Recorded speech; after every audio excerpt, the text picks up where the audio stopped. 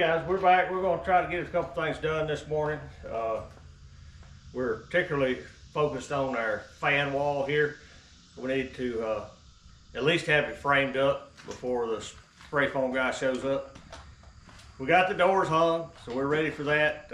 Yeah, there's a lot more work to do as far as blocking and seals and stuff, but we're trying to get ready for spray foam guy, hopefully first of next week.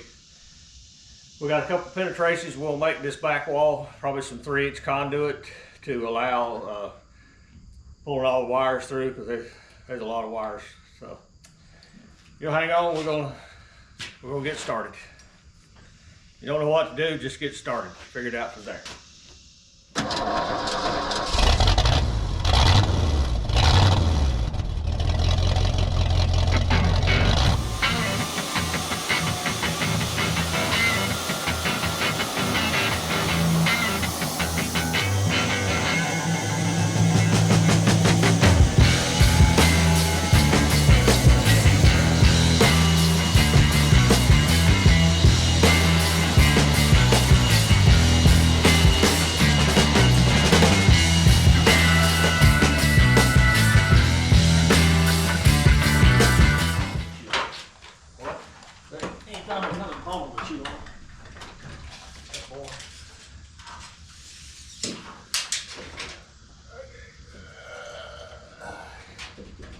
Take it up here. Well, I'm just going to transfer it up here so we have something chalk on. There. Wants to come out. Can you come out here, boy? It might be an easier spot to chalk a line from. Okay.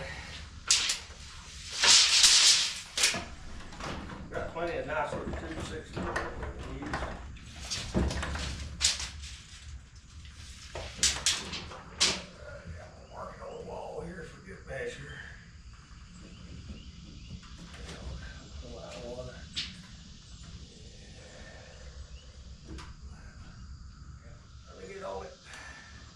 Are you happy? Yep. Snap your side. See the blue chalk all the way down. How much you can ask for?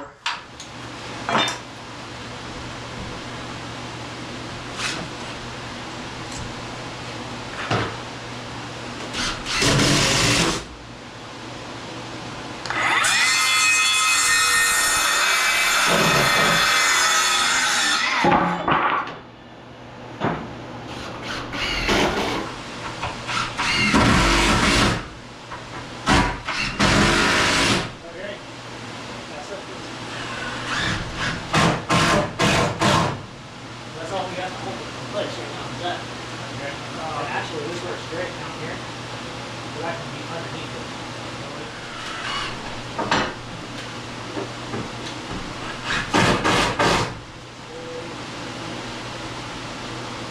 We'll get one more. 91 3/8. Okay.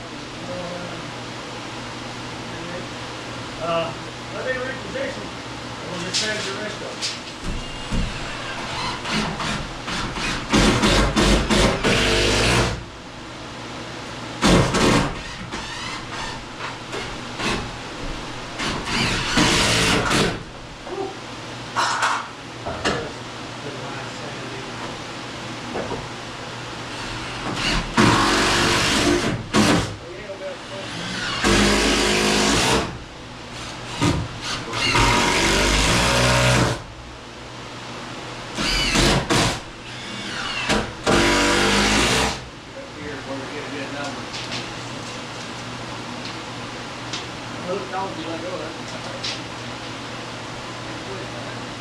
$111 1/4, $111 1/4.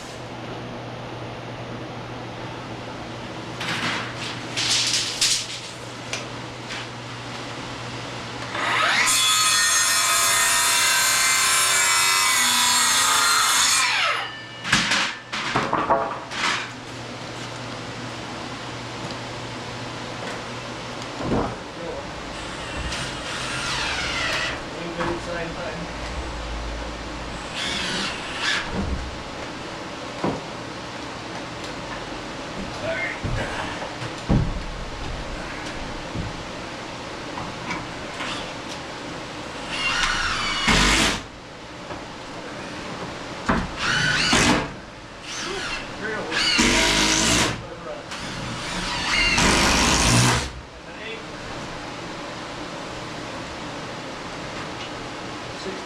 quarter.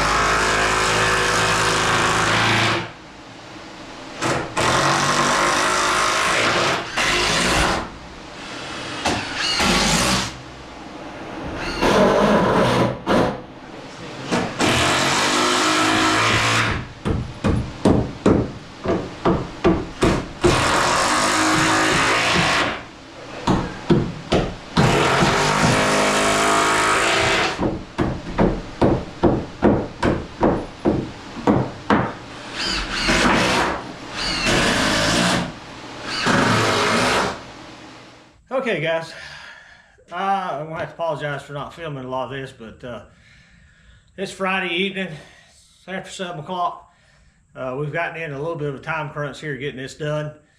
I talked to the spray foam guy. He'll be here Monday afternoon to do a quick once over, and then Tuesday morning he's gonna be here spraying it. So Matthew and I have been hard at it today, trying to get everything done that's got to be done before we can spray the closed cell foam. Let me go over kind of quick what we done, pointed out. You can see up here in the back corner behind the fan wall, there's a 10 by 10 hole, and that's where our power vent is going to go. So that's in there. If the kiln gets too hot, it'll open that door and evacuate some heat.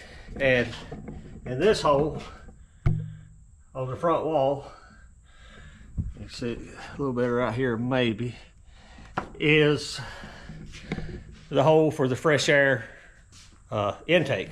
And that's what this is. That's your, if the power vent opens, these will get opened by suction and it'll suck in some cool air. Okay, let's talk about some holes in the wall. This is our controller. It will sit on the shelf behind this wall. I got one hole here. This is for all the probes and cables that come through. And then I got a second hole here, and this is for the power wire. They recommend to separate them, probably get a little RF interference. As well as I got a third one here, and this is for all the fan wires. If you look overhead, we got the fan wall studded up. Now there'll be some more bracing once we get the plywood on. I'll probably brace from that edge in the center all the way back to this wall. I mean, it's rigid now, but we want it to be rigid forever. And it's hard to tell, but everywhere there's a double, that's a fan. Okay, let's see, make sure I tell you right, we marked them. That's a fan hole, that's a fan hole, that's a skip. This is a fan hole, this is a fan hole, and then this was a fan hole. So we got 6 fans up there that we got to get power to, and they're all individually switched. You turn them on, leave them on the whole cycle, but I have 6 of them, and we may or may not need all of them on each run or nearing the end of a run, so they can be turned off. And they're all 220 volt, so there's a lot of wires to run up there to them. Now, in my back hallway, I don't know how much you can see, you probably see better than I can. We got a little shelf here built. This is where our controller is going to sit right here, and the probe cables will go through this hole. The power cable will go through this hole, I'll have a bank of 6 switches here, and all our fan wires will go through this hole. Whew, lots of wire. And if you come out here on this side, they really want you to exhaust to the back side of the kiln, but I'm not going to exhaust that 120-degree air into a closed hallway. So that's why we come out the side wall of the kiln. Be no issue when that actuator opens and turns that fan on. It'll exhaust that hot air into, you know, a lot of cubic space here. Won't be any issue. Now, the last thing I got to do today before I quit is behind this door. Now these doors are going to be spray foamed, and once they're spray foamed, I've got 4 more sheets of 5x10 metal that will be applied on the back side here. Even more weight. They swing extraordinarily well. I'm thoroughly impressed and pleased at how well they swing. But there's the hole that I've made, and I'm going to finish notching out around that batten to put the mechanical vent in. As far as I can tell, I'm going to sleep on it a little while. We should be pretty close to having it spray foamed. You astute viewers will notice that we got some blocking up there. That was just put up temporary so that we could get the doors stood up to keep them from falling inside the kiln.